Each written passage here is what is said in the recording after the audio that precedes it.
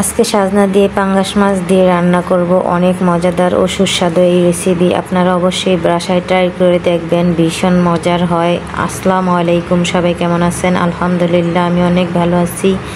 তা আপনাদের জন্য নতুন একটি ব্লগ নিয়ে চলে আসলাম। আর এই তো দেখেন আমি সাজনা নিয়ে আসছি বাজার থেকে। আর এই সাজনাটা রান্না করলে ভীষণ মজা হয়। সাজনাগুলো কেটে নিয়েছি, আর এই দিক দিয়ে পাঙ্গাস মাছগুলো ধুয়ে পরিষ্কার করে নিয়েছি। আমি সবসময় এভাবেই পাঙ্গাস মাছ দিয়ে সাজনা রান্না করি, আমার ভীষণ পছন্দ।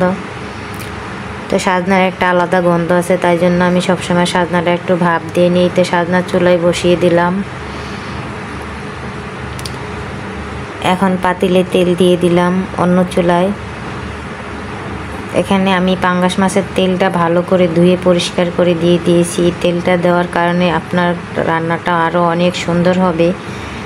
তো এখন আদা রসুন দিয়ে দিয়েছি, দিয়ে একটু ভালো করে নাড়াচাড়া করে নেব। দিয়ে দিলাম পরিমাণ মতো লবণ।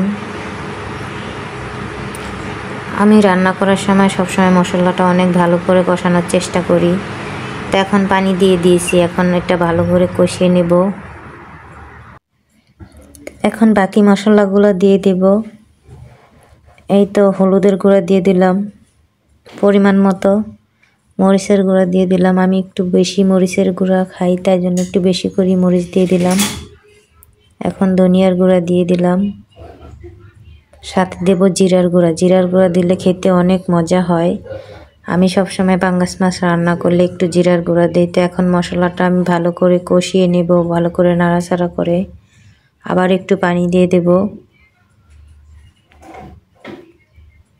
তো পানি দিয়ে এখন এটাকে আবার ভালো করে কষিয়ে নেব। আর এই দিক দিয়ে আমার সাজনাটাও সেদ্ধ হয়ে গিয়েছে। এখন এটা আমি নামিয়ে ফেলবো। সাজনাটা আবার আমি ধুয়ে নেব, যেহেতু এটার একটা গন্ধ আছে সেটা সরানোর জন্য। তো এতে দেখুন সাজনাটা একেবারে সিদ্ধ হয়ে গেছে। আর এই দিক দিয়ে আমার মশলা কষানো হয়ে গিয়েছে। এখন কষানো মশলার ভিতর মাছগুলা দিয়ে কষিয়ে নেব। আর কষানো মাছ দিয়ে তরকারিটা রান্না করলে ভীষণ মজা হয়, খেতে খুবই সুস্বাদু। তো মাছগুলো ভালো করে উল্টিয়ে পাল্টিয়ে কষিয়ে নিয়ে তারপর তুলে ফেলবো।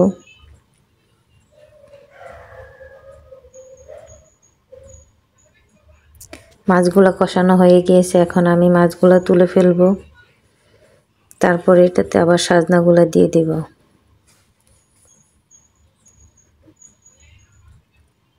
তো মাছগুলো তোলা হয়ে গেল, এখন সাজনাগুলো দিয়ে ভালো করে নাড়াচাড়া করে নেব।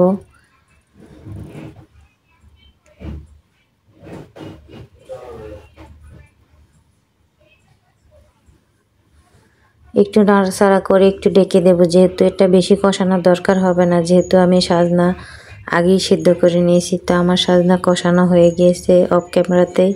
এখন আমি পরিমাণ মতো পানি দিয়ে দিলাম।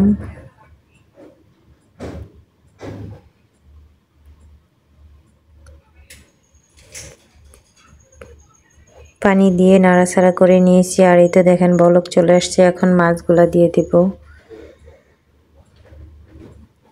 তো আমার মাছগুলা দেওয়া হয়ে গেলে আর কতক্ষণ রান্না করব, তারপর তরকারিটা নামিয়ে ফেলবো। মাছগুলা দিয়ে ভালো করে নাড়াচাড়া করে নিয়েছি, এখন একটু ঢেকে দেব। তো এতে দেখেন রান্নাটা কত সুন্দর এবং লোভনীয় হয়েছে, দেখেই বোঝা যাচ্ছে। আপনাদের যদি ভালো লাগে অবশ্যই আমার চ্যানেলকে সাবস্ক্রাইব করে পাশে থাকবেন, ভালোবাসা দিয়ে। ইনশাল্লাহ আমি আপনাদের সাথে থাকবো। তা আমার রান্না হয়ে গেছে, এখন ধনিয়া পাতা দিয়ে আমি নামিয়ে ফেলবো। তো এই তো ধনিয়া পাতা ধুয়ে পরিষ্কার করে নিয়েছি, এখন ধনিয়া পাতা দিয়ে দিয়েছি। আর রান্নাটা অসাধারণ মজা হয়েছে, খেতে ভীষণ মজা হয়েছে, সবাই খুব পছন্দ করে খেয়েছে। তা আপনাদের ভালো লাগলে অবশ্যই আমার চ্যানেলকে সাবস্ক্রাইব করে সাথে থাকবেন।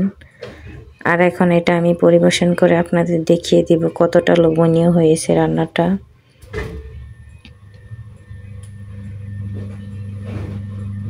এই তো দেখুন অনেক লোভনীয় হয়েছে রান্নাটা, ভীষণ মজাদার সুস্বাদু।